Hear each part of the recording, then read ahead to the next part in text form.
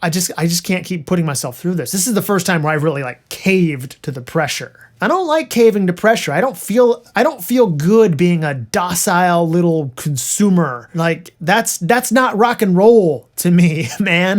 This isn't really a prepared video. It's something I've been thinking about for a little while, but it sort of came to a head yesterday with the release of the new Wampler Germanium Tumnus, which is Wampler's take on the Klon Centaur, except that it uses germanium diodes that are, I guess, electronically identical to the original ones used back in the 90s. Anyway, okay, long story short, I woke up at like 5:15, 5:30, like I normally do, and I saw the video from Anderton's. But I watched that video, and then I immediately go to Sweetwater's website and like, oh, they got a bunch of them in stock. Whatever, no big whoop. Come back an hour later. Oh, whatever they had is already gone.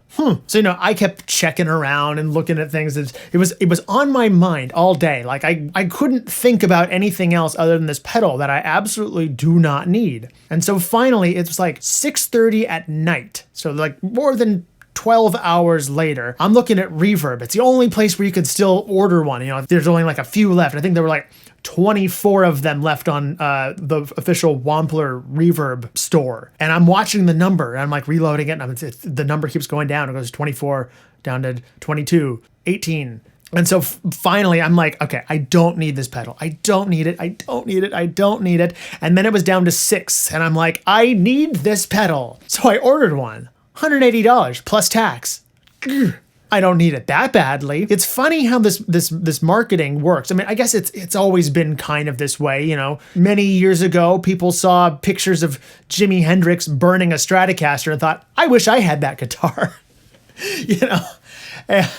And it's been like that for forever. Like electric guitars were associated with certain players, and people who like those players buy those guitars, or they go chasing after the certain tone. Stevie Ray Vaughan used a tube screamer, and so everyone's got to have a Strat and a tube screamer. But I don't need people planting these ideas in my head constantly that I need to buy something else. I've got nice guitars. I've got a nice amp. I have pedals that do pretty much what I need them to do, and I guess sometime next month I'll have another pedal that'll do what I need it to. The Klon has been this sort of, it's weird. They were made in the 90s. They were, I guess, relatively popular, limited in number. And it's really only within the last 5 years that I feel like there's been this pressure, like everyone's got to have a Klon clone. Everyone. All the pedal manufacturers, they got to have their version.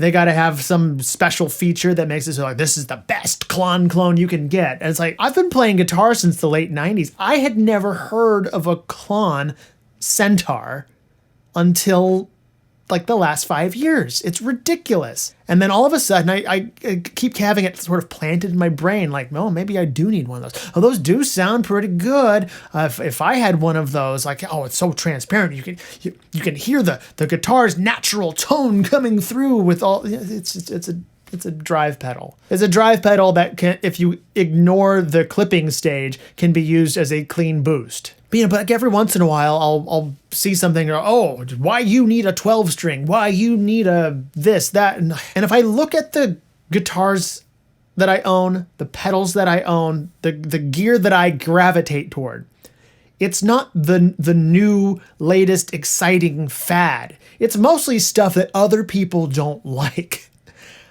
I've got my G&L ASAT Special in this funky green color.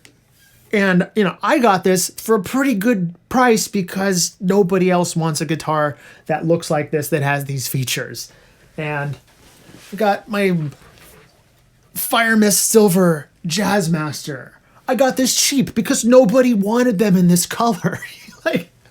There was no competition. There was nobody fighting me for it. There was no oh, there's only 6 left. You better buy one now or you'll never see it again. Although the Jazzmaster, I think those are actually worth a little more now. The gear I tend to gravitate toward is sort of the misfits, the things that I pick it up and I'm like, what can I do with this? Not the stuff that's everyone saying like, you need one of these, buy it now. I don't need people telling me that I need to buy stuff. It seems like every couple of weeks there's just a new thing that I don't need, and I'm told from all directions, all these different all these different people who I sort of trust for some reason, which I shouldn't. They're just people on the internet.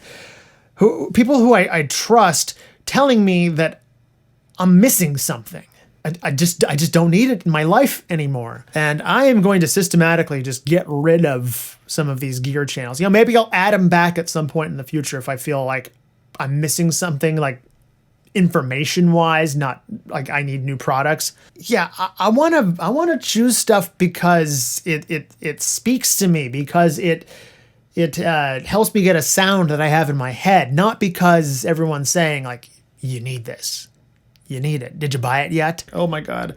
I'm gonna have to unfollow all these channels. Oh God. Oh no. But I'll live, and maybe you want to try detoxing for a bit so you don't keep buying a bunch of crap that does not help your playing. Well, thanks as always.